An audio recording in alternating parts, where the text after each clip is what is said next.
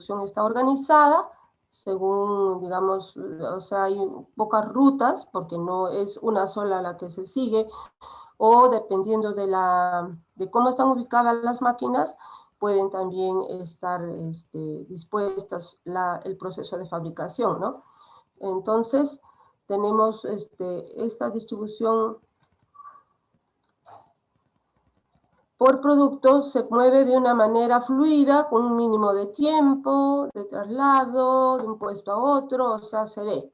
Cuando nosotros estamos, por ejemplo, en una distribución por producto, vamos a estar mirando desde el inicio hasta el final, porque es una cadena. Así esté la ubicación en U, que en algunos casos también puede estar en X, o también puede estar en Z, pero ya vamos viendo todo lo que va ocurriendo dentro de ese proceso, ¿no? Porque es una cadena. Todos los productos siguen el mismo flujo, ¿no? Van andando, ¿no? Se van trasladando, va corriendo. Se fabrica en serio lotes muy grandes. Tenemos que la programación de la máquina, por ejemplo, para una producción determinada, porque si hablamos de una distribución por producto, vamos a tener máquinas que se programan para tener un trabajo pues de bastante tiempo. ¿Por qué? Porque se producen una cantidad grande o volúmenes de producción. Sistemas típicos serían líneas de producción, manuales, automáticas, ¿no? Etcétera, y secciones lineadas manuales. Porque en vamos a encontrar pues lo que estuvimos viendo ya en el diagrama PQ, ¿no? Trabajos automáticos y trabajos manuales. Las formas de la línea pueden ser variadas. Pueden ser en U, pueden ser en L, pueden ser en O, pueden ser en S. Entonces, eso es lo que estamos hablando, equilibrado de la línea, ¿no? O sea, siempre hay una línea que se va siguiendo porque hay un momento en el cual empieza la producción y hay un momento en el cual termina. Entonces, aquí es más fácil de visualizar el proceso de producción. ¿Y cuáles son las ventajas de esta disposición de planta? Manejo de materiales reducido porque tenemos materiales que tenemos al inicio, trabajamos, se procesa todo eso y llegamos a los productos terminados, ¿no? Proceso productivo muy estudiado, tiempos de ciclo totales bajos porque es una sola cadena la que se sigue, escaso material inmovilizado en curso, ustedes han visto que en el otro caso había bastante material en curso, simplificación de la planificación, o sea, se ve más rápido si hace la planificación en este caso, en el otro caso es un poco más dificultoso, pero sí se hace una planificación, pero no es muy fácil de hacerla. Uso más efectivo de la mano de obra, ¿no? Mayor especialización del trabajo, menor cualificación general, porque no todos, o sea, ellos no hacen todo el proceso o no hacen toda la parte, digamos, del producto, sino una pequeña parte, ¿no? Está dividido en pequeñas tareas lo que cada uno hace. Oferta más amplia de la mano de obra, o sea, más cantidad de gente que pueda trabajar en este caso. Y las desventajas de esta distribución por producto son baja flexibilidad en el proceso, porque no se puede, ya eso está programado desde el inicio hasta el fin. Máquinas específicas, inversión muy elevada en máquinas y equipos, porque ya es otra situación la de trabajo que tienen.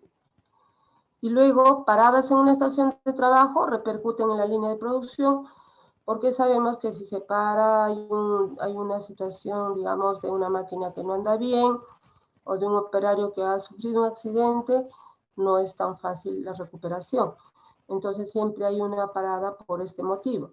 Trabajos monótonos porque siempre van haciendo lo mismo y problemas de salud laboral también, ¿no?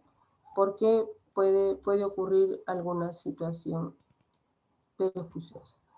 Disposición por posición fija, que también la habíamos visto. Es ya una cosa que estamos haciendo como un repaso, ¿no? La distribución en planta por posición fija se usa cuando no es posible mover el producto debido a su peso, tamaño, forma, volumen o alguna característica. De esto también hemos hablado. que realmente todo aquello que tenga que hacerse para fabricar un producto por disposición fija, lo que tiene que ir todo es hacia el lugar a donde se va a ir ensamblando todo aquello, digamos, el producto que se va a fabricar y todo aquello que se va a necesitar, ¿no? Entonces ya no, este producto no va pasando de máquina en máquina, ni de mano en mano, sino hay un lugar donde, que está establecido para que el producto comience a elaborarse.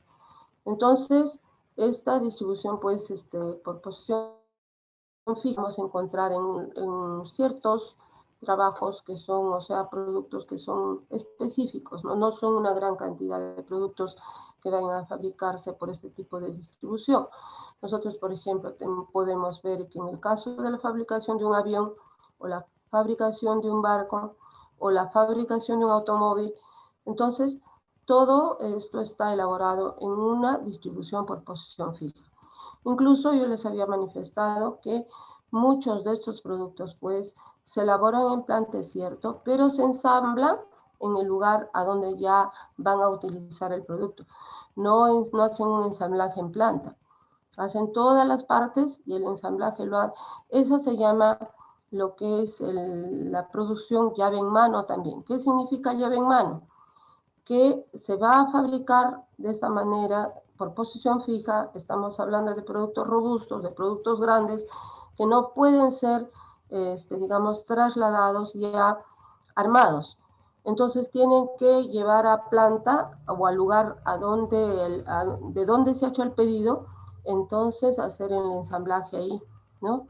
Y tener todo lo necesario para ensamblarlo. Entonces esto se llama los proyectos llave en mano.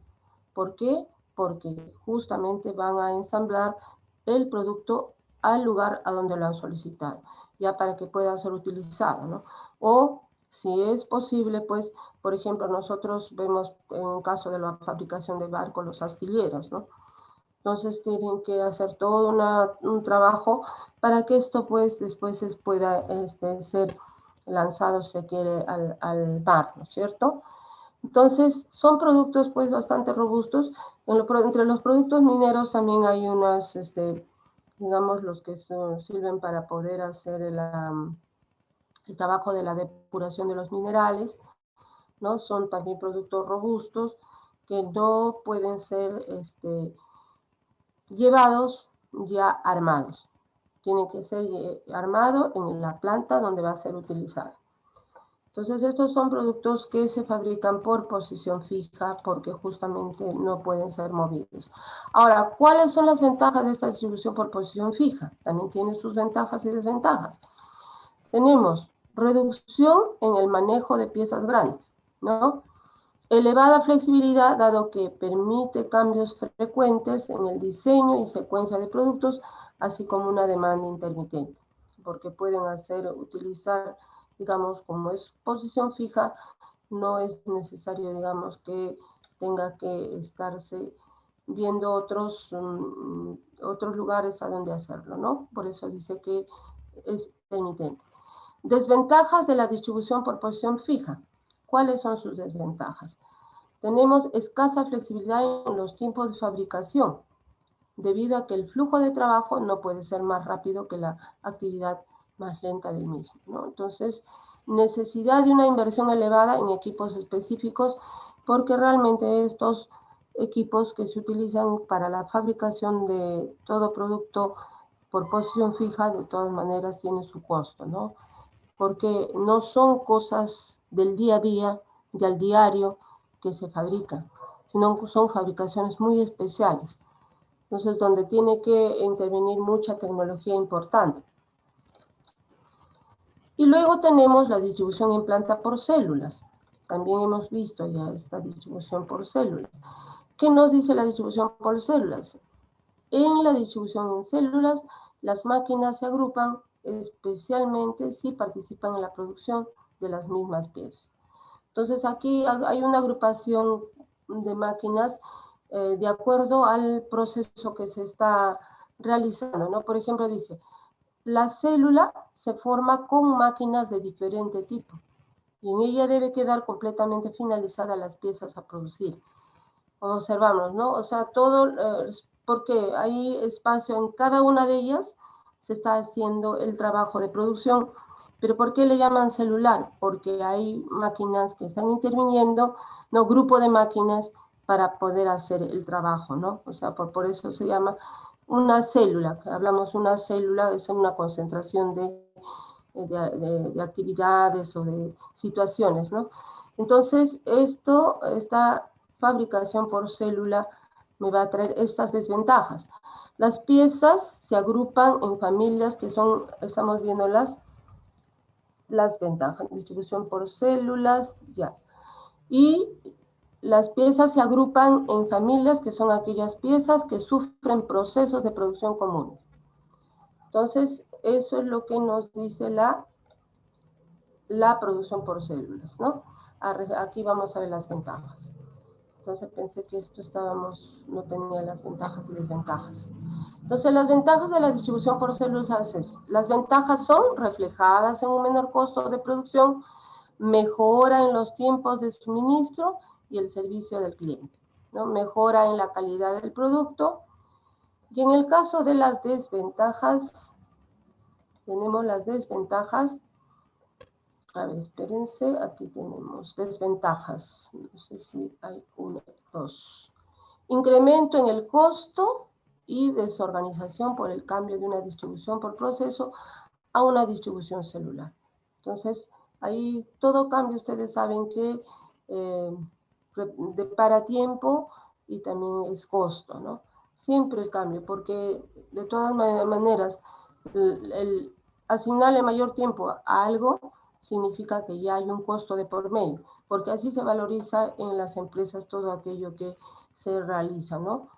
Aumento potencial de los tiempos inactivos de las máquinas, porque pueden estar en algún momento paradas. Riesgo de que la célula quede obsoleta a medida que cambien productos y o procesos. Entonces, hay que tener en cuenta las ventajas y desventajas para poder utilizar una u otra distribución.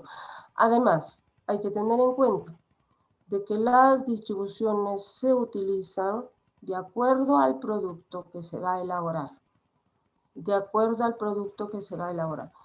Si se hace una confección, como vuelvo a repetir, o sea, es una industria de confecciones, de hecho, es una distribución por proceso, ¿no es cierto? Si es fabricar este calzado, una distribución por proceso. No hay que ensayar nada más. Y también en la industria metalmecánica también hay una distribución por proceso. ¿Por qué? Porque hay áreas donde están, por ejemplo, tornos, las áreas donde están las fresadoras, donde están las rectificadoras, y en el caso, por ejemplo, de soldadura, hay áreas para soldar. O sea, tienen unas respectivas ya separados todos, ¿no? Ordenados de esa manera. Entonces, va a haber productos que necesiten, o sea que una distribución de planta que nosotros no podemos estar ensayando si vamos a hacer esta o la otra, sino por el producto que se va a fabricar, se tiene la distribución de planta. No es, digamos, al revés, no vamos a hacer una distribución de planta, pero qué cosa es lo que vamos a fabricar, ¿no? Entonces tenemos que ver qué producto se va a fabricar. ¿Para qué? Para establecer la distribución de planta respectiva, ¿no es cierto? Entonces eso es lo que tenemos que hacer. Ahora tenemos acá la evaluación de las alternativas de disposición de planta. Entonces, después de haber hecho un recuento y hacer un recuerdo y realmente volver a repetir lo que hemos visto, ¿para qué hemos hecho esto? Justamente para entrar a este tema que se llama evaluación de alternativas de disposición de planta. Vamos a ver efectivamente qué es lo que pasa, ¿no? Cómo podemos hacer la evaluación, qué es lo que debemos de tener en cuenta. Y esto es lo que a ustedes les he dicho que pongan atención porque es como una práctica dirigida que es de la práctica calificada que van a dar, es la práctica 4 de la programación, ¿no? Entonces acá nos indican esto, lo que es la evaluación de alternativas de disposición de planta. Cuando se revisan los factores de disposición de planta, ya hemos visto cuáles son los factores de disposición de planta. Ocasionan limitaciones a la propuesta ideal, ¿no? Porque realmente cuando nosotros decimos que esto tiene que tener los 8 factores de disposición de planta, pero muchas veces no se cumple todos los factores que se están tomando en cuenta. Entonces, ahí es donde puede haber, digamos, una situación de restricciones o de repente de situaciones que van a traer problemas, ¿no?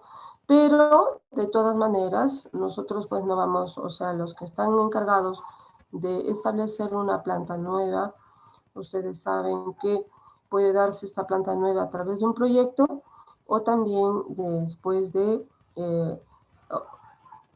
ocupar un lugar que ya estaba establecido antes como una planta industrial, ¿no?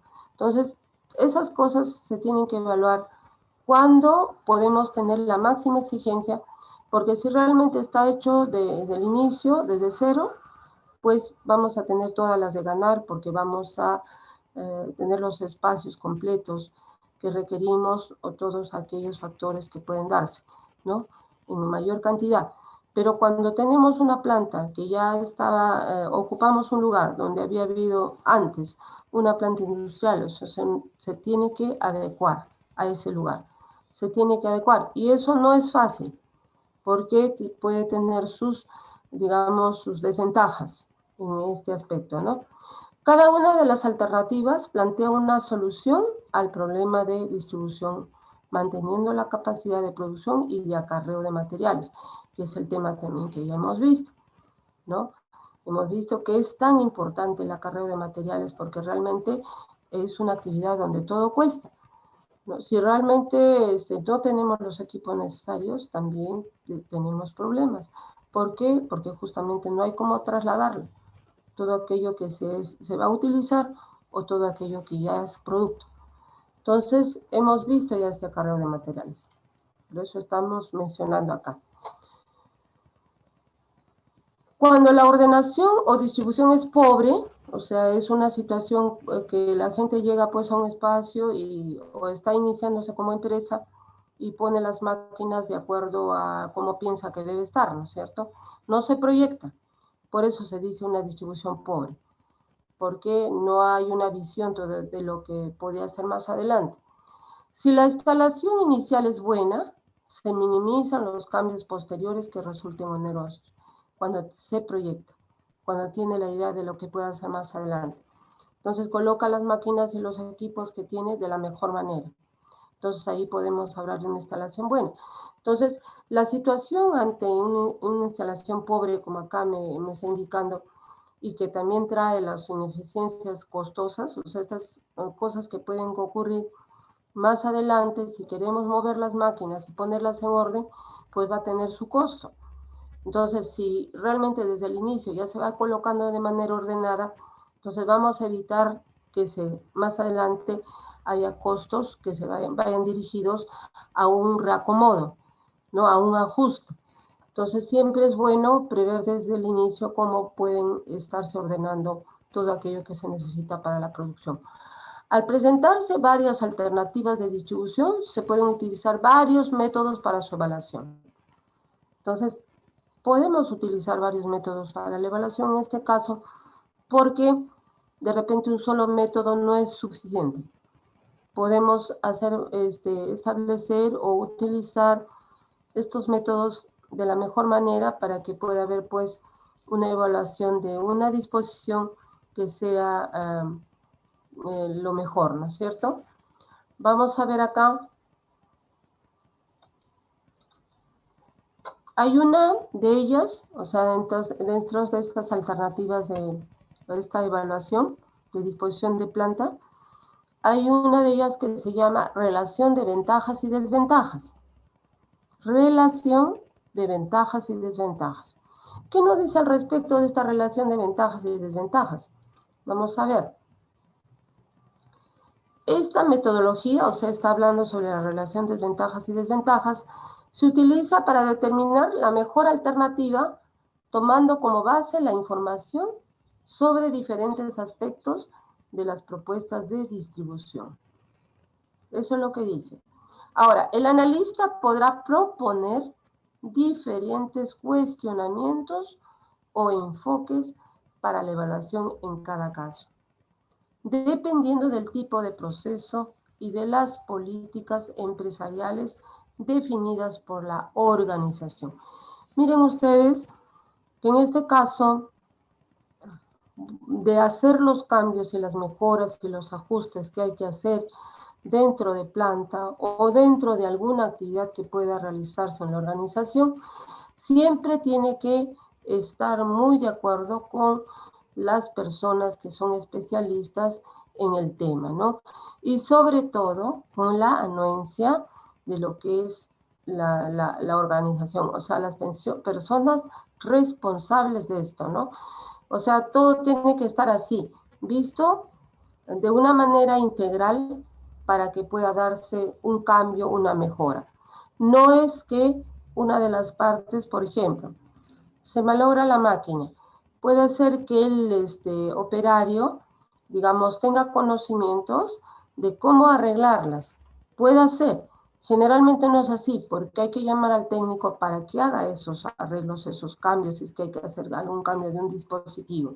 Entonces hay que llamar al técnico para que haga todo eso. Pero para ello no tienen que hacerlo de manera callada.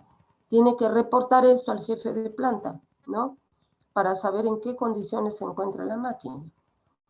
Y entonces el jefe de planta llama, si tiene la empresa una sección de mantenimiento y tiene ahí a los técnicos, a los especialistas, los llama para que hagan el ajuste, hagan el trabajo.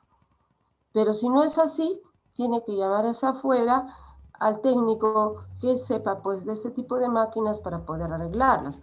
Y ahí ¿quiénes ya están interviniendo? Pues la misma organización, porque tampoco el jefe de planta no se va a ir directamente a llamar al técnico, tiene que reportar, ¿no?, a las instancias respectivas para decir que tiene que venir un técnico de fuera a arreglar la máquina. Entonces, todo ¿no?, es la intervención de varias personas y de varias actividades que se tengan que realizar. Es importante que siempre se tenga en cuenta esto porque no se puede manejar las cosas de una empresa como si fuera nuestra casa, ¿no? De repente en nuestra casa, como las cosas no son pues así tan complicadas como tener una máquina que hay que arreglarla, tenemos pues una computadora, de repente sí tenemos la cocina, que tenemos que llamar también a los respectivos técnicos para que hagan su trabajo. Pero ya podemos tomar la decisión de hacerlo si queremos, los hijos de repente avisar a sus padres, los padres llaman al técnico, si ellos llaman de frente al técnico, pero quien asume los costos pues siempre es el papá, si el hijo todavía no trabaja, ¿no? Entonces, pero en las empresas hay instancias que tienen que participar para poder hacer estos cambios, estos arreglos, este mantenimiento. Luego, en esta relación de ventajas y desventajas, ¿no?, decimos lo siguiente, ¿no es cierto? En el ejemplo siguiente se utilizará para la evaluación una calificación, considerando ventajas totales, parciales y desventajas. O sea, hay ventajas totales, parciales y desventajas. Eso es lo que hay que ver en lo que es la relación de ventajas y desventajas. Por ejemplo, miren, aquí tenemos un ejemplo 1 que quiero que tomen bastante atención.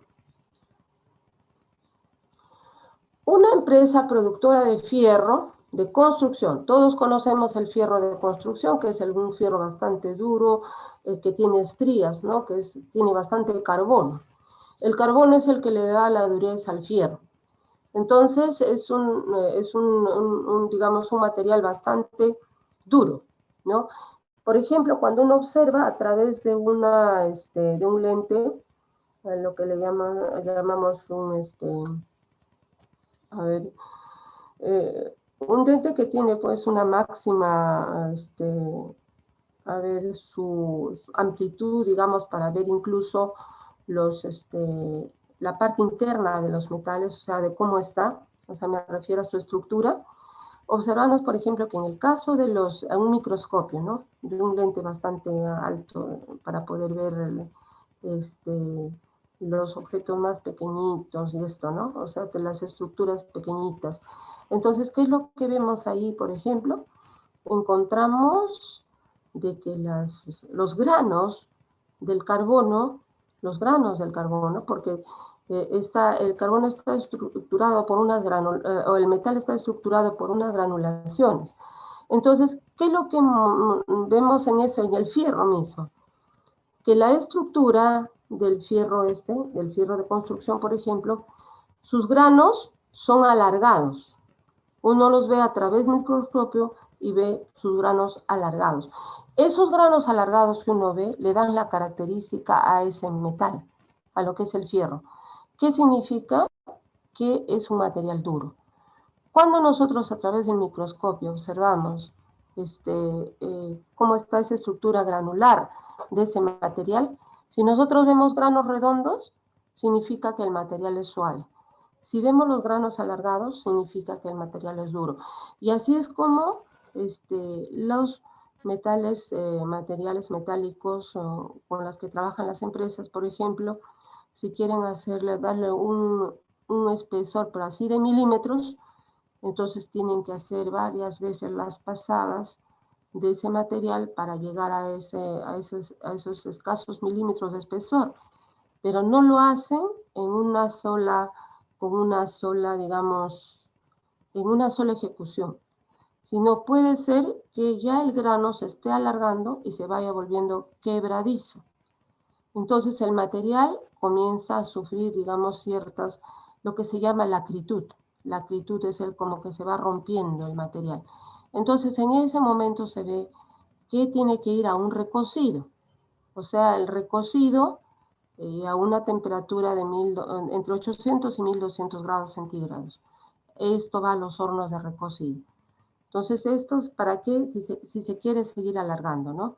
Pero lo que sí les digo que a través del microscopio se ve lo que es la estructura granular. Entonces, acá en este fierro, lo que vemos, este fierro de construcción, pues es un fierro bastante duro porque tiene carbono y sus granos son alargados. Acá dice, una empresa productora de fierro, que yo les he hablado del fierro de construcción, utiliza una gran cantidad de chatarra. Ahora, la chatarra puede ser obtenida de dos maneras, que son los residuos de varias, digamos, de algunas fabricaciones metálicas que se tienen. Esa chatarra es el residuo, que también puede ser, digamos, ya productos que no han salido bien, que también se considera como chatarra, lo que le da el reciclaje, ¿no? Entonces, ese producto que no han sido bien hecho, algunas veces pasa a ser la parte de la chatarra.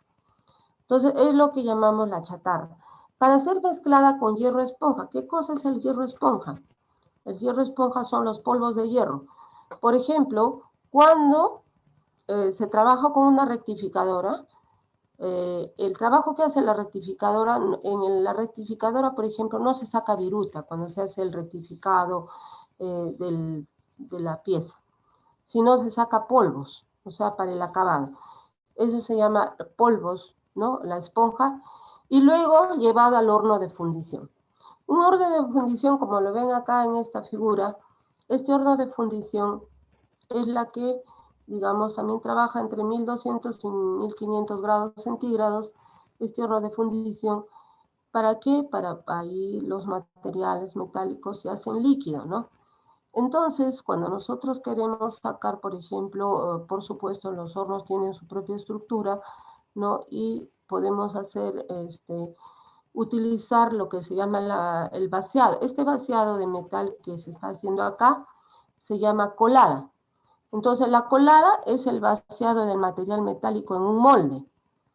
Entonces, estas cosas se los explico para que ustedes sepan de qué vamos a hablar, ¿no? De qué caso estamos tratando. Porque si les digo así, como está acá, ustedes de repente van a decir, pero ¿y aquí qué es lo que está pasando? O cómo se hace, ¿no? Nosotros no lo hemos visto.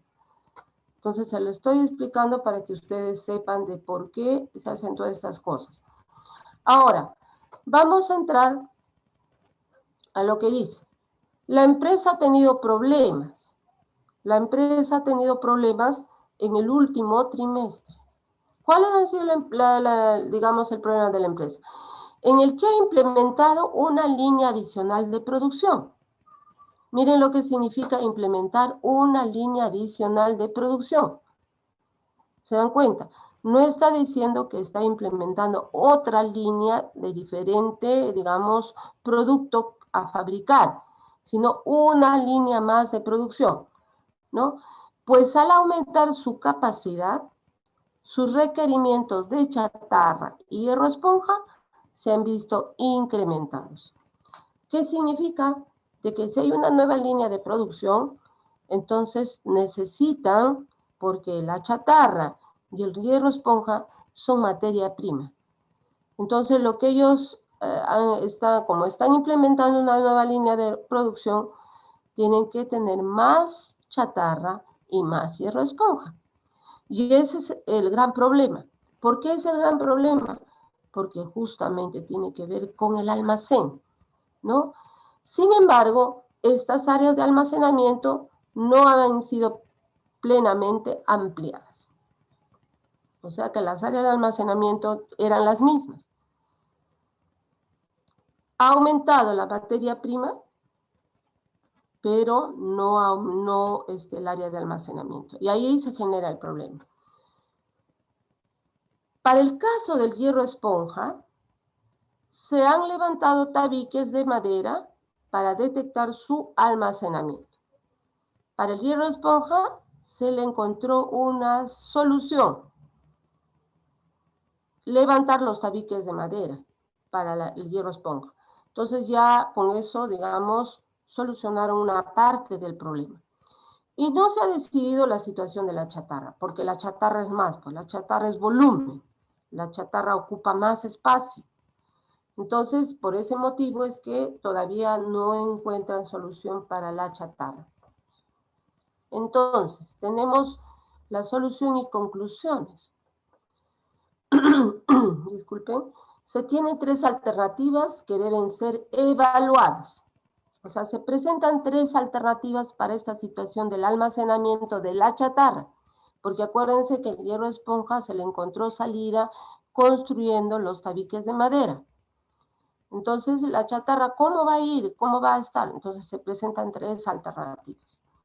La primera alternativa, denominada alternativa A, dice, siendo el área actual de uso para el almacenamiento de aproximadamente 100 metros cuadrados, se ha observado, debido a las operaciones de descarga y carga hacia los diferentes lados, utilizando mayor área de la destinada para el almacenamiento y las actividades de acarreo. Esta nueva propuesta considera, ¿qué considera? Miren, la ampliación del área utilizando un espacio aledaño de 60 metros cuadrados. O sea, la primera salida que se ha encontrado es ampliar un poco más hacia los costados, ¿no? ¿Para qué? Porque han visto, bueno, que está desocupado. Entonces puede ampliarse con 60 metros cuadrados más y podría solucionarse el problema del almacenamiento de la chatarra. Ese es el primero, la alternativa A. Luego vamos a pasar a la alternativa B. ¿Qué nos dice la alternativa B? Con la finalidad de evitar el desborde y crear una limitación e independencia al área, se propone, esa es otra alternativa, levantar un cerco de concreto que delimita el área de depósito. O sea, hay que levantar una cerca de concreto para delimitar el área de depósito. Eso es lo que puede hacerse también, una de las alternativas. Y la C, hay otra alternativa. Se ha hecho un estudio que haciendo una fosa de 1.5 metros de profundidad, podrá disponerse en la misma área con mayor capacidad de almacenamiento. Se requerirá reforzar las paredes laterales con un vaciado de concreto. O sea, hay 3 alternativas que se presentan para solucionar este problema de almacenamiento de la chatarra. O ampliar el terreno 60 metros cuadrados más con un espacio que hay a la fábrica, o sea, aledaño a la fábrica, o también hacer una pared, ¿no? Para que no se desborde la chatarra, o también hacer una fosa con sus paredes de concreto que pueda entrar allí la chatarra y, digamos, no esté esparcida, ¿no? Entonces, ¿qué es lo que podríamos tomar en cuenta para ampliar este almacenamiento? O sea, tener el almacén para toda la materia prima necesaria, ¿no? En estos casos, el acarreo se realizará con palas mecánicas, porque para ello existe en la planta, ¿no? Las palas mecánicas son las que utilizan para mover, trasladar, como un equipo de acarreo. Manejadas por un operador que cargará y descargará de las unidades móviles destinadas para ese fin. Y luego, las alternativas se someterán a una serie de preguntas que permitirán evaluarlos para definir ventajas y desventajas y así totalizar la calificación. Entonces, se seleccionará como alternativa más adecuada aquella que nos dé el mejor nivel en el ranking de ventajas. O sea, en el ranking de ventajas, acuérdense cuando estuvimos haciendo la evaluación, o sea, de lo que es la localización del lugar o sea, una localización determinada, ¿no? Entonces hacemos toda una situación de multiplicar por los factores, después sacábamos un número, hacíamos esa sumatoria de los números de las tres alternativas y la que tenía la mayor sumatoria la elegíamos como tal. En este caso, por ejemplo, ya se hace lo siguiente. Como estamos hablando que hay ventajas y desventajas, entonces tenemos que ver cuál sería la mejor situación, si considerar ese terreno aledaño, qué ventajas y desventajas tendría, ¿no es cierto? O si considerar, por ejemplo, la pared que se va a construir para que no se rebase la chatarra, o también la fosa que se piensa construir. ¿Cuál de los tres arrojarían, digamos, un resultado posible para su elección? Entonces, eso es lo que nos están explicando acá, ¿no? Las alternativas someterán una serie de preguntas, entonces, ¿qué permitirán evaluarlos para definir ventajas y desventajas y así totalizar la calificación? Entonces, tendríamos que ver cuál de ellas más conviene, o la de la terreno aledaño, o la de la construcción de la pared, o realmente digamos, la fosa que se va a abrir de 1.5 metros.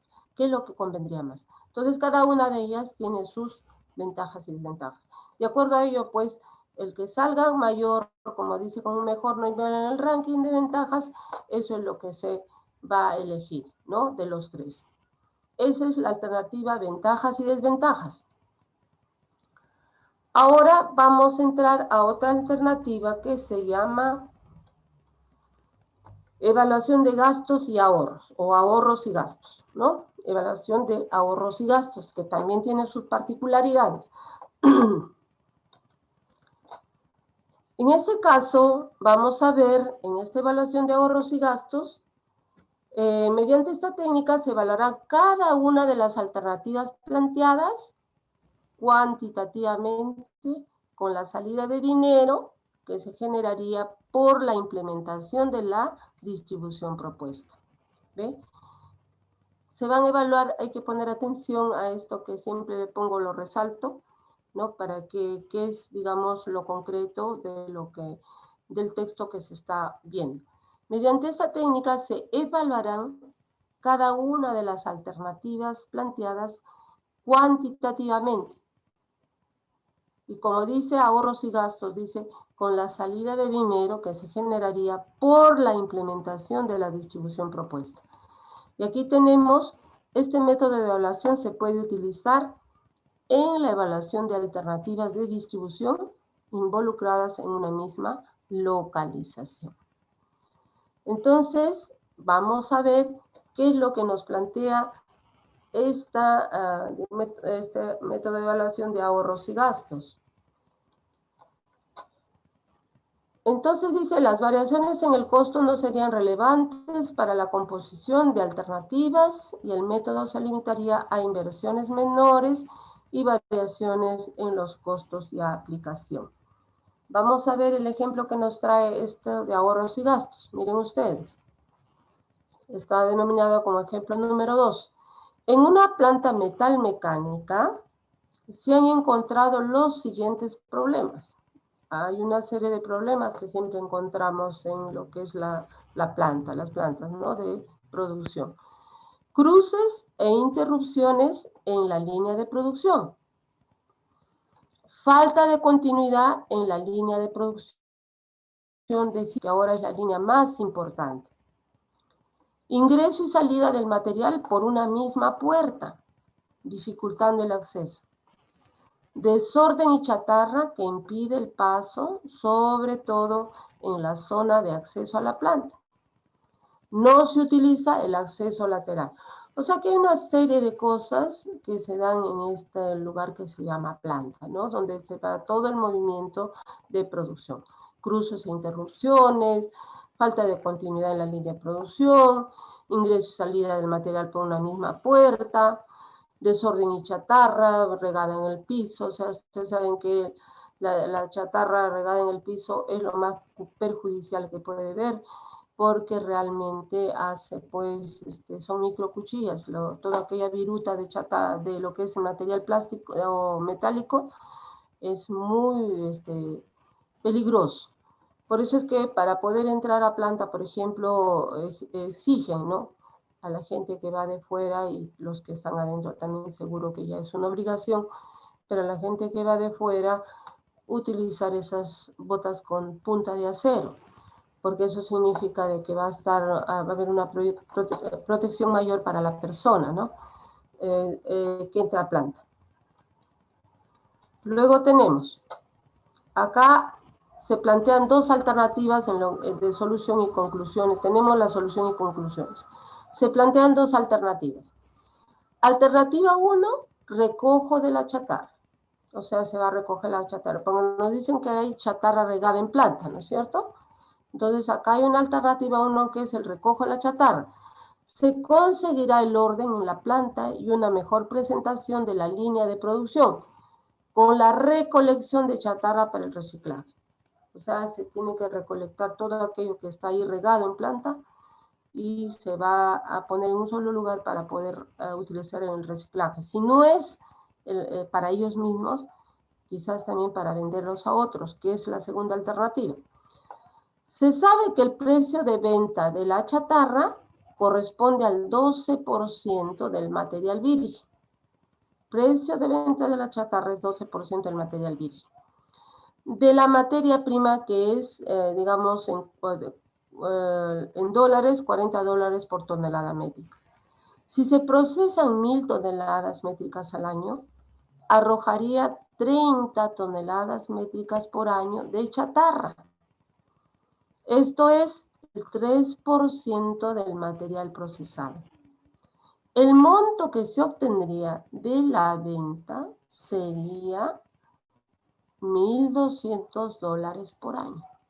Entonces, eso es lo que se hace con el recojo de la chatarra, y se hace, digamos, la venta hacia afuera y se obtiene un ingreso. Acá estamos hablando de la alternativa de evaluación de ahorros y gastos, ¿no?, en esta. Ahora, ¿qué es lo que más sucede? Vamos a ver qué ocurre. La alternativa 2 de la evaluación de ahorros y gastos, de la evaluación de esta evaluación de ahorros y gastos, es reubicación del horno. ¿Pero qué tiene que ver la chatarra con la reubicación del horno? No hay ninguna situación, no hay ningún condicionamiento entre una y otra. Este es otro problemita que se presenta, que es la reubicación del horno. Otra alternativa que puede recomendar es la reubicación del horno de recocido. ¿Qué cosa es un horno de recocido? Miren, aquí está la figura de un horno de recocido. Este horno de recocido es infaltable en las empresas metalmecánicas, sobre todo en aquellas que trabajan en laminado y extrusión. ¿no? El horno de recocido es fundamental, sobre todo en aquellas empresas que trabajan en laminado y extrusión. Les estuve diciendo hace rato que si nosotros queremos, por ejemplo, reducir el espesor del material a milímetros, porque partimos, por ejemplo, pónganse que uno parta de 1 centímetro. Quiero reducir ese metal a un espesor de 0.6 milímetros. De 1 centímetro no me voy a ir de frente a 0.6 milímetros. Lo tengo que hacer por tramos. ¿Y por qué? Por eso que les estuve diciendo hace rato a ustedes, que toda vez que un material sufre, digamos, elongamientos o aplastamientos, este material va endurándose, se va poniendo duro. Y de los granos que tiene el material, que son redondos, que significa un material suave, se va haciendo duro cuando se va alargando esos granos, ¿no? Esos granos estructurales del material. Entonces, ¿qué sucede? Ya cuando se está haciendo la laminación y hay un momento que ya el material se ha vuelto duro, este material, si es una lámina, se pone en bobinas, se embobina la lámina y se coloca, estas son unas tapas del horno de recocido. Se saca estas tapas y se coloca el material ahí embobinado. ¿Para qué? Para que pueda recuperar las propiedades perdidas. ¿Y cuál es esa propiedad perdida que recupere el material? Porque cuando el material se le va jalando, se le va elongando, se le va haciendo ese trabajo, se va endurando. Entonces, cuando se va endurando, se dice que el material está con acritud, que el material en algún momento se rompe. Entonces, para que no ocurra eso, ya las empresas tienen un momento dado en que hasta qué tramo tienen que adelgazar el material, el espesor. Y después, cuando ya va entrando en esta endureza y puede ocurrir la acritud, entonces embobinan la lámina y lo ponen al horno de recocido. ¿Qué propiedad va a recuperar el material? Lo que se llama la elasticidad. Porque ya el material ya se ha vuelto plástico, tiene que recuperar la elasticidad. ¿Para qué recuperar la elasticidad? Para de nuevo ir a la máquina y de nuevo siga estirándose. De nuevo siga pasando por los rodillos en caso de las láminas y en caso de los filamentos, como son esos filamentos, por ejemplo, que se utilizan para los cables. Entonces, en ese caso, también para poder seguir elongándose, porque también igualmente los cables se les embobinan y se ponen a ese horno de recocido. Ese es el papel que cumple el horno de recocido, ¿no? El horno de recocido. Entonces acá nos dice, otra alternativa que se puede recomendar es la reubicación del horno de recocido. Ese horno de recocido está ahí en planta. Si la línea de producción sería más continua y tendría un recocido más fluido, además quedarían espacios para colocar otra máquina o realizar otra actividad en la empresa. Entonces, en el cuadro siguiente, no tengo aquí la transparencia, o sea, no lo he puesto a la transparencia acá, pero en el cuadro siguiente dice, se observa la distancia recorrida y sus mejoras luego de aplicar los métodos propuestos. Entonces, acá lo que conviene ver es qué es lo que ocurre en cuanto a las conclusiones. Dice, analizando las dos alternativas, o sea, ¿qué estamos analizando? ¿Qué era la primera alternativa? Recoger la chatarra y luego venderla, por la cual generaba ingresos. Se limpiaba la planta, se ordenaba la planta y a su vez generaba ingresos, ¿no es cierto? El segundo, que no tiene que ver nada con el primero, pero sin embargo que también es una alternativa importante para poder optimizar espacio. Y que es el horno de recocido, ¿no? El cambio que debe ver el horno recocido, porque el horno estaba bastante distante del trabajo que se estaba haciendo de producción. Entonces, por ese motivo querían traerlo más cerca, ¿no? Entonces, acá dice, Analizando las dos alternativas planteadas y comparándolas con la situación actual, se concluye que se puedan aplicar. ¿Qué dice? Cada una de ellas por separado, porque ninguna tiene que ver con la otra. La chatarra es por su lado y el trabajo que tiene que hacer en el horno recocido también tiene su espacio. O combinación de ambas, ¿no? O sea, se puede hacer una de otra sin ningún problema, porque uno no condiciona a la otra. Entonces, aquí está hablando de lo que es la alternativa de evaluación de ahorros y gastos. Entonces, pasamos a otra alternativa, que es el análisis de factores. Acá, por ejemplo, hay una serie de factores, ¿no? Hay una serie de factores que se tienen en cuenta. No son los factores que tenemos como parte de distribución de planta, sino son factores que son parte ya de los trabajos que hace la empresa. O sea, y acá, por ejemplo, tenemos adaptabilidad, factibilidad para hacer cambios y ajustes. Es un factor que se tiene en cuenta. Flexibilidad del planteamiento, cambios no rígidos y puedan haber nuevos registros. Incremento de eficacia, a ver, espérense, acá se me ha corrido, ¿no? Incremento de la producción, los cambios realizados que favorecen o perjudican a la producción, ¿no? Y todos estos factores. Eficacia del recorrido de los productos y materiales, todos son los que tienen que ver con el trabajo que hace la empresa. Eficacia del almacenaje, utilización de las superficies. Entonces, todos estos factores, que son otros más, seguridad y vigilancia, facilidad de futura exposición, economía, beneficio y rentabilidad, ¿no? Ese es el ranking de factores. ¿Qué pasa con este ranking de factores? Miren, lo que nos está diciendo acá el título, ¿no? Que nos dice análisis de factores. Igualmente, como hemos visto, les voy a hacer la alusión a lo que es localización, porque eso es lo que ya pasamos y ha habido cálculos y todo eso, porque eso es lo que se les ha dejado a ustedes para que practiquen. Entonces, en este caso, todos estos factores lo vamos a poner, como decir, en un cuadro.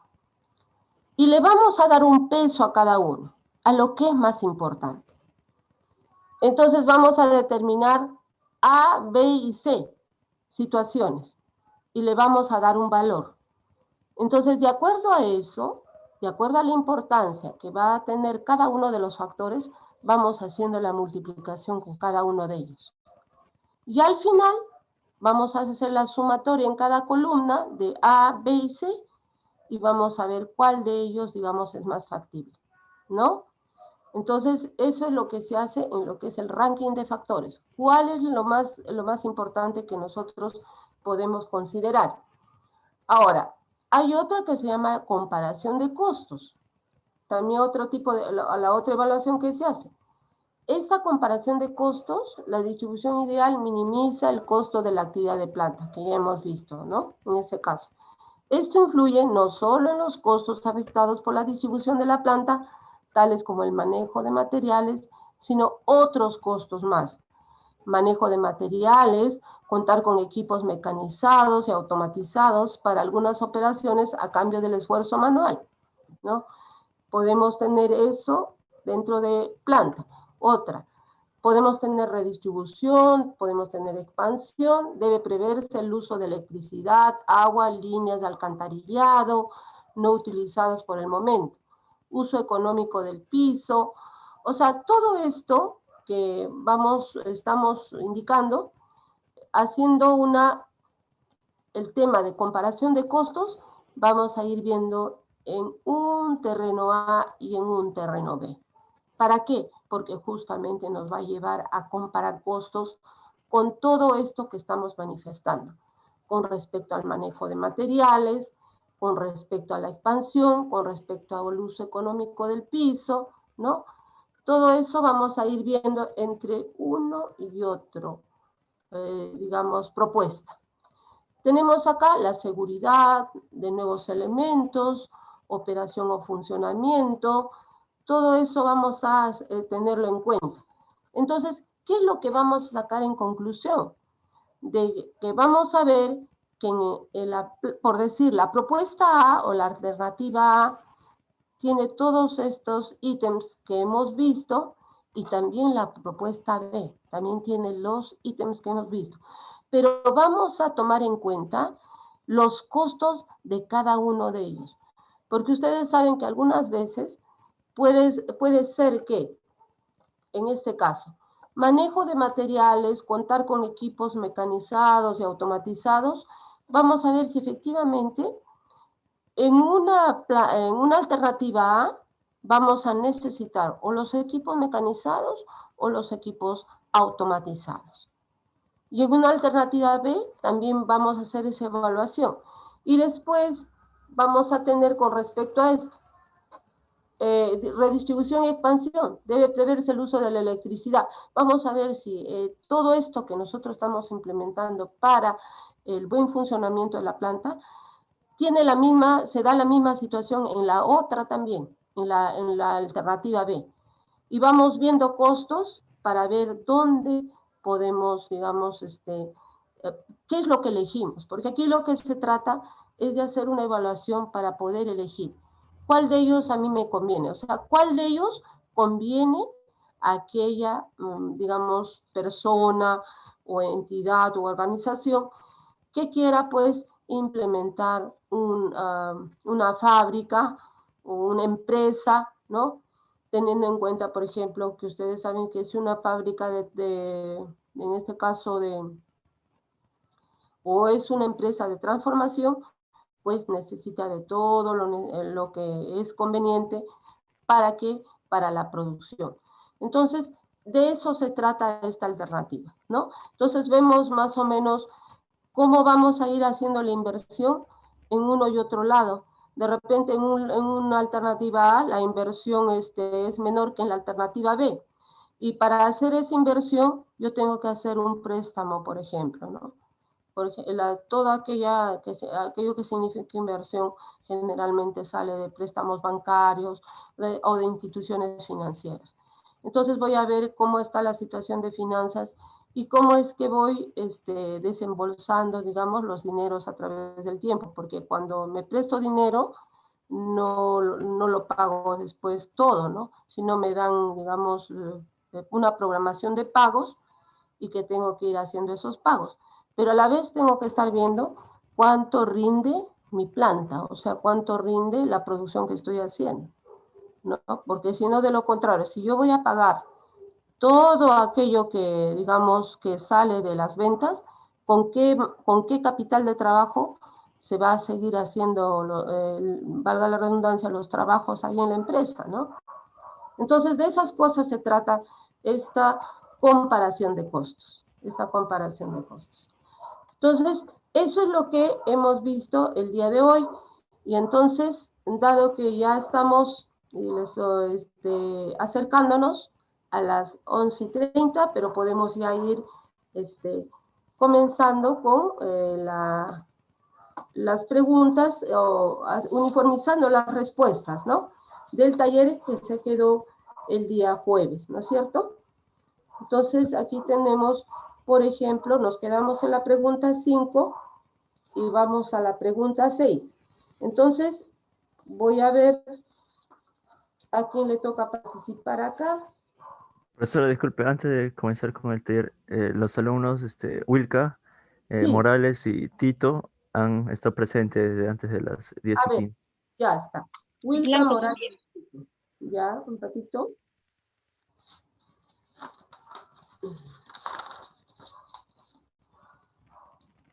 Acá está. Wilka Morales Rodríguez, ¿no? Morales Zapata Disculpen, Morales. Morales Zapata. Morales Zapata. Muy y bien. Tito Cárdenas. Tito Cárdenas. Muchas gracias. Ya está. Ya lo tengo. O sea que, Profesor ¿qué? Blanco Carvajorte también está presente. Blanco. Ujú. El delegado, ¿qué me dice? ¿Blanco está presente también desde esa hora? Sí, a la delegada también le ha dicho, profesora Blanco. Sí, Ya. La que me está hablando es la delegada. Sí, sí, profesor. Ya está, ya está. Discúlpenme, siempre identifíquense porque no los puedo ver. Identifíquense, por favor, ¿ya? Entonces, blanco también está presente, entonces. ¿Ya? Muy bien. Ya está. Ya lo anoté. Ya anoté ya. Acevedo sí no ha ingresado. Y después no ha ingresado Bocanegra. Sí estoy, profesora. Entré un poco tarde. Ah, ya, Tuve pero usted problemas. está dentro de la hora. Dentro de No, la no, hora. no. Ya No, está. no estuve dentro de la hora. Ya está. Cárdenas. Cárdenas Sacaco. Sí, Ya. profesora. Usted también ¿Cárdenas ha Sacaco? entrado tarde. ¿Entró Sí, tarde profesora, Cárdenas? sí, profesora, ¿Cuál sí. es el motivo? A ver, en el caso de este joven, Bocanegra, ¿por qué entró a deshora?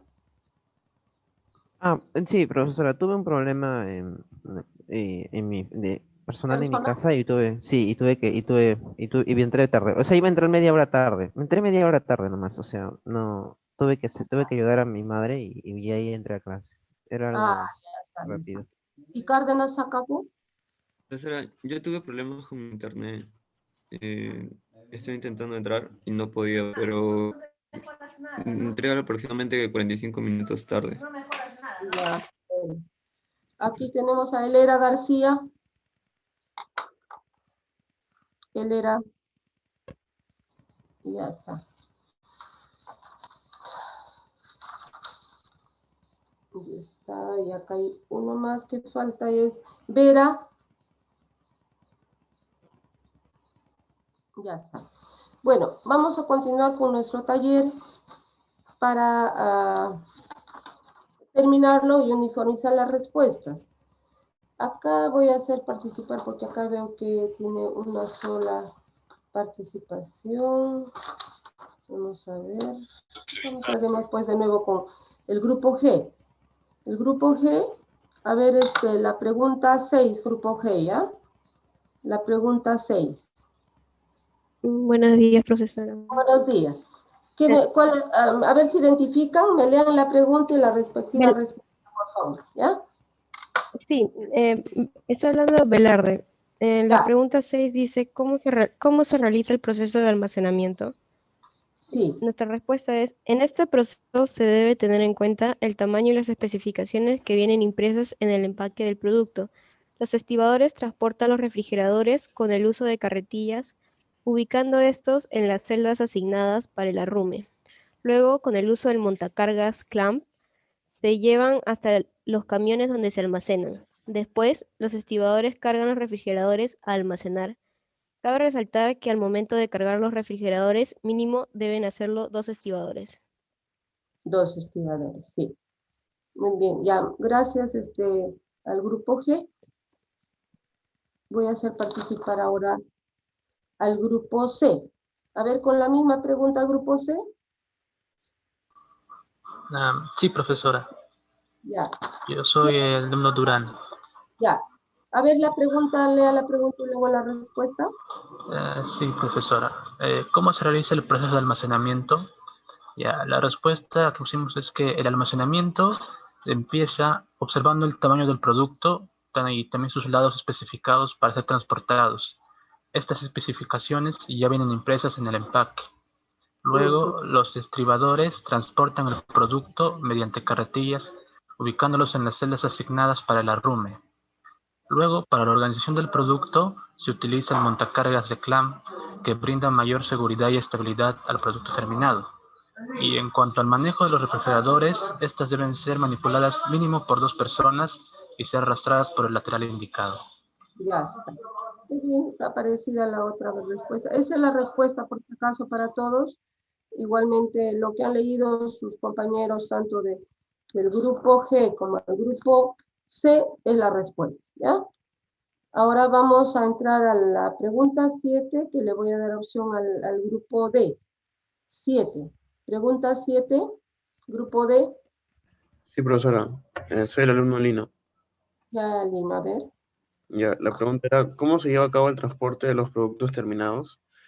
Y nosotros hemos puesto, se realiza por estibadores de empresas de transporte. Cada vehículo debe contar con su protección como carpas y cobijas. Para el caso de los contenedores, estos deberán contar con las tablas que se adecúan al vehículo.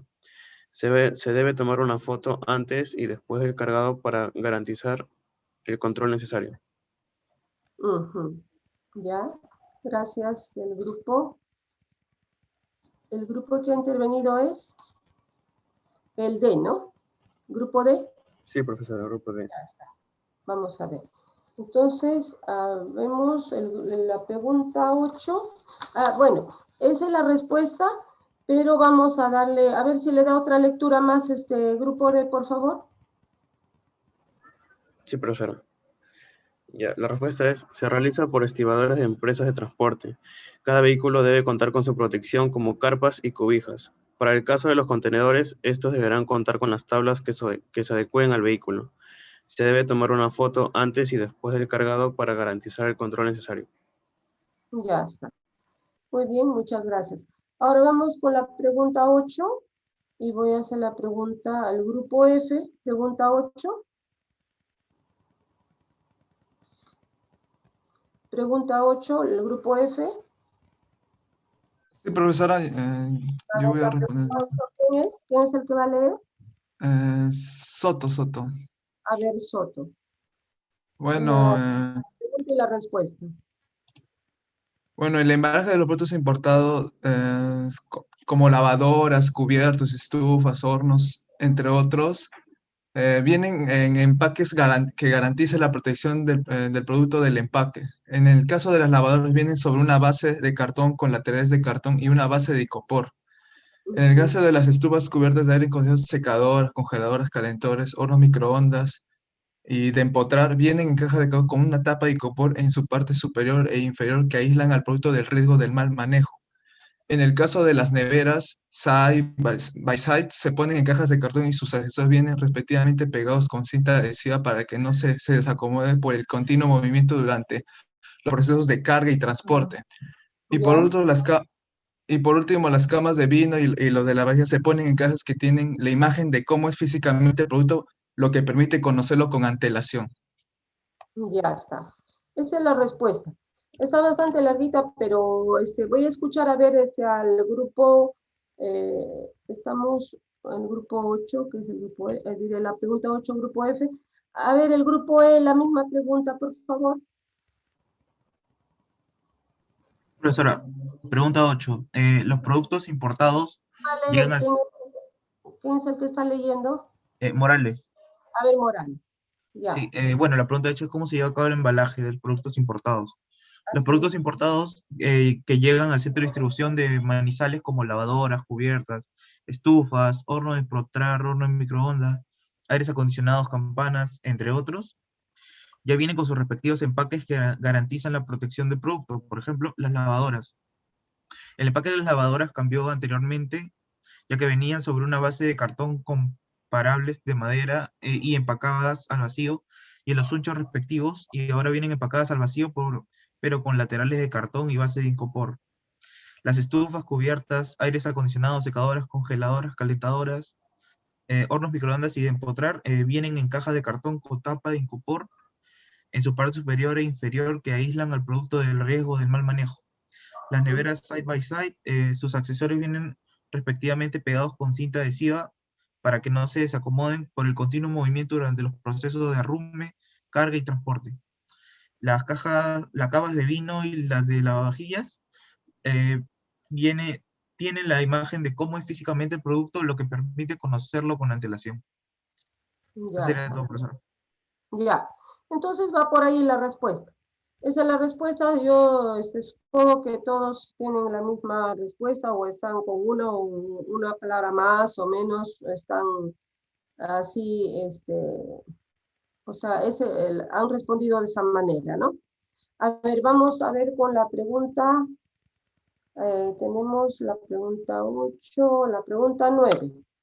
A ver, la pregunta 9. Vamos a hacerla al grupo B. Pregunta 9.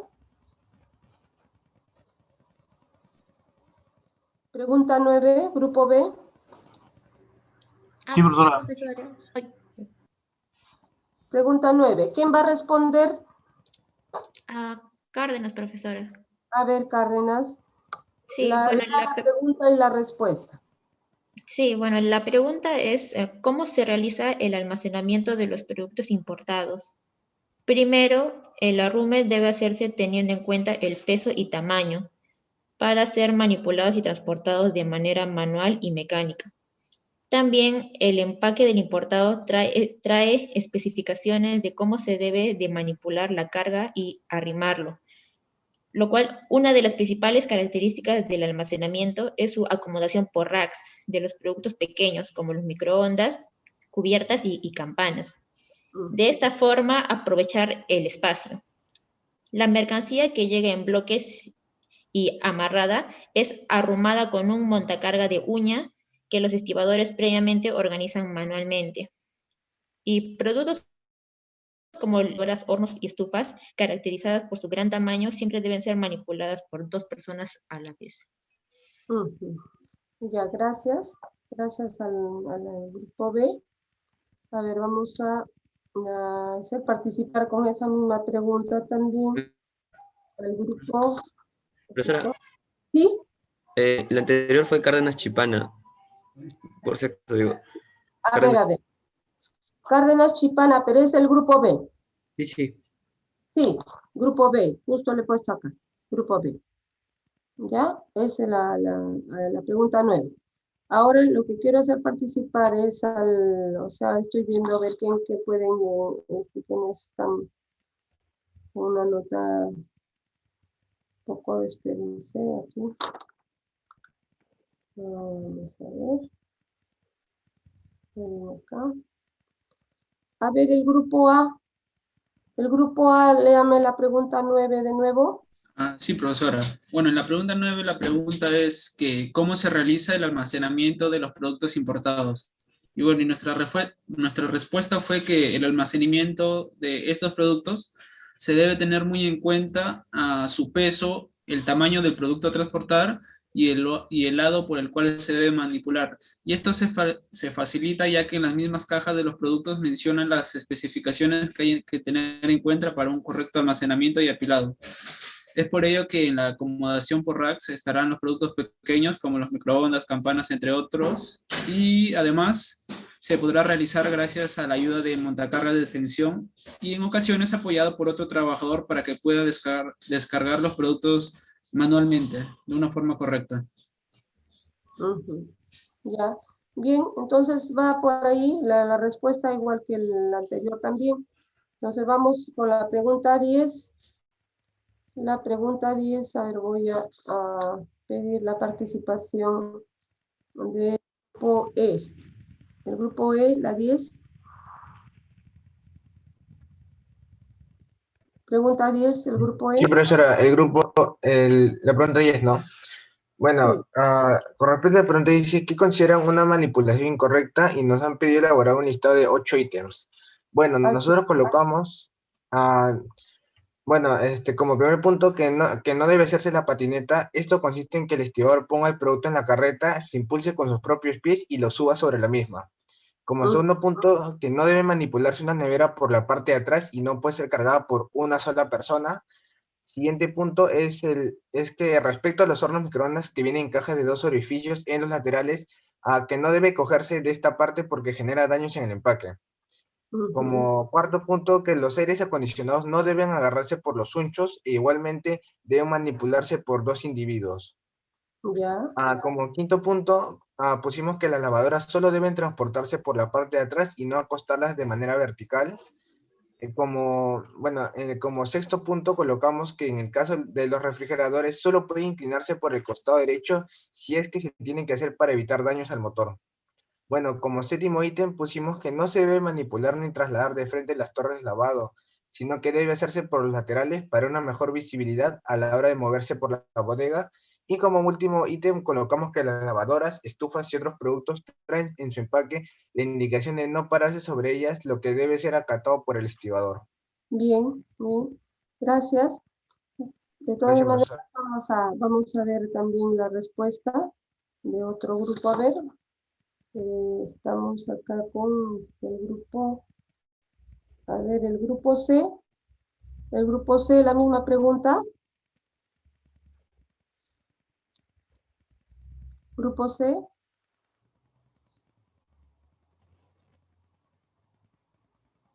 grupo C. El grupo C no está ninguno de sus miembros. Sí, profesora. A ver, voy a hacer la pregunta 10. A ver, ¿cuál es su nombre de usted?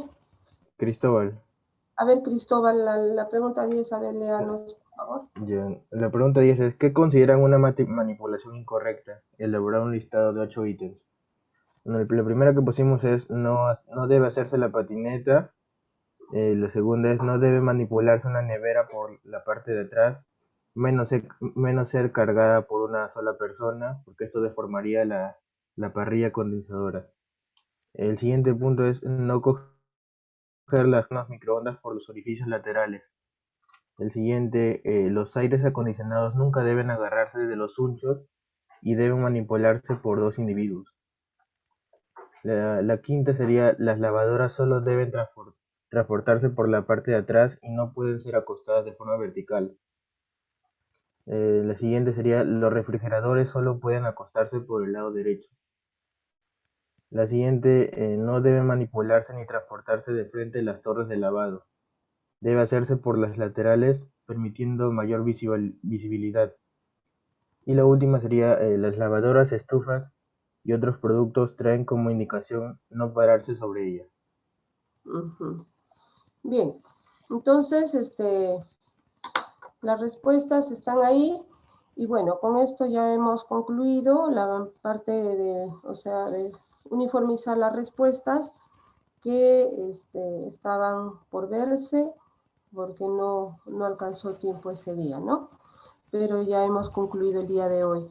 Más bien ya la siguiente reunión vamos a ver los temas, el taller número 4, ¿no? Taller número 4 y tenemos el test número 5. Entonces en el taller número 4 ya va lo último de los talleres que vamos a hacer, discúlpeme, estoy viendo otra fecha.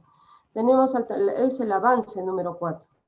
El avance número 4 que está los capítulos 3 y 4, que es lo que tienen que presentar. Además, ligado a esos o adicionados a esos capítulos, tienen que presentar, por favor, la introducción. Si no es que no lo tienen anotado, anótenlo, por favor, que yo he puesto acá una señal de que se lo estoy repitiendo este alcance. Tienen que adicionar en el avance número 4, donde vienen los capítulos 3 y 4, tienen que adicionar, porque sí también ya se les había indicado, la introducción, el resumen, la bibliografía, y si tienen anexos, los anexos, ¿ya? En el avance número 4. Por favor, jóvenes, me han escuchado, ¿no? El avance número 4, donde van a venir los capítulos 3 y 4, me refiero que les toca presentar, ¿no? Porque de hecho el trabajo tiene todo ya, ¿no? Estamos completando con este avance número 4. Eso es lo que se va a evaluar, porque ya lo otro tengo que ir revisando si hubo alguna, como hemos ido haciendo, la dinámica ya conocida, ¿no? Pero lo que ustedes van a presentar y lo que le falta poner la nota es justamente en este avance número 4, donde tienen que incluir dentro de su trabajo monográfico es capítulo 3 y 4, que viene acompañado también con la introducción, resumen, bibliografía. Si tienen anexos, también me ponen los anexos. Si es que no lo tienen, incluso del índice tienen que sacar. No tienen anexos, no pongan anexos en el índice, ¿no? Si no lo tienen, no lo deben de poner. Pero los que tienen, los que van a considerar anexos o los que van a poner anexos en su trabajo monográfico, sí va en el índice y también el día que presenten el avance, ¿ya? Esto está programado para el día 24. El 24. Entonces, sus avances tienen que hacerle llegar a sus delegados, porque ellos a su vez a las 9 de la mañana tienen que ingresar el avance o los avances a mi correo, ¿ya? Por favor. a los delegados. Entonces, con esta, es un recordatorio que se les hace porque ya ustedes saben que en la programación ya está establecida y en el sílabus también, y bueno, todo aquello que se les ha hecho llegar a ustedes. Muchas gracias, jóvenes, por su asistencia y participación del día de hoy y también de su atención. Entonces, estamos ya de nuevo encontrándonos en esta aula virtual el día jueves a partir de las 10 de la mañana. Muchas gracias a todos ustedes. Profesor, una consulta. Dígame. Para el siguiente avance, ¿también podríamos incluir el listado de ilustraciones y de tablas?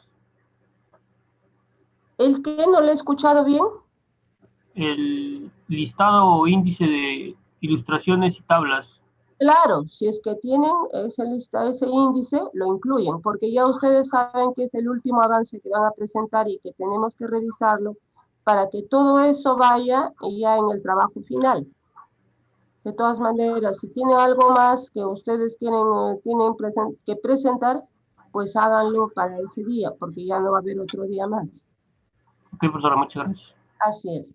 Muchas gracias a ustedes, jóvenes. Ha sido un gusto estar con ustedes el día de hoy. Muchas gracias. Hasta luego.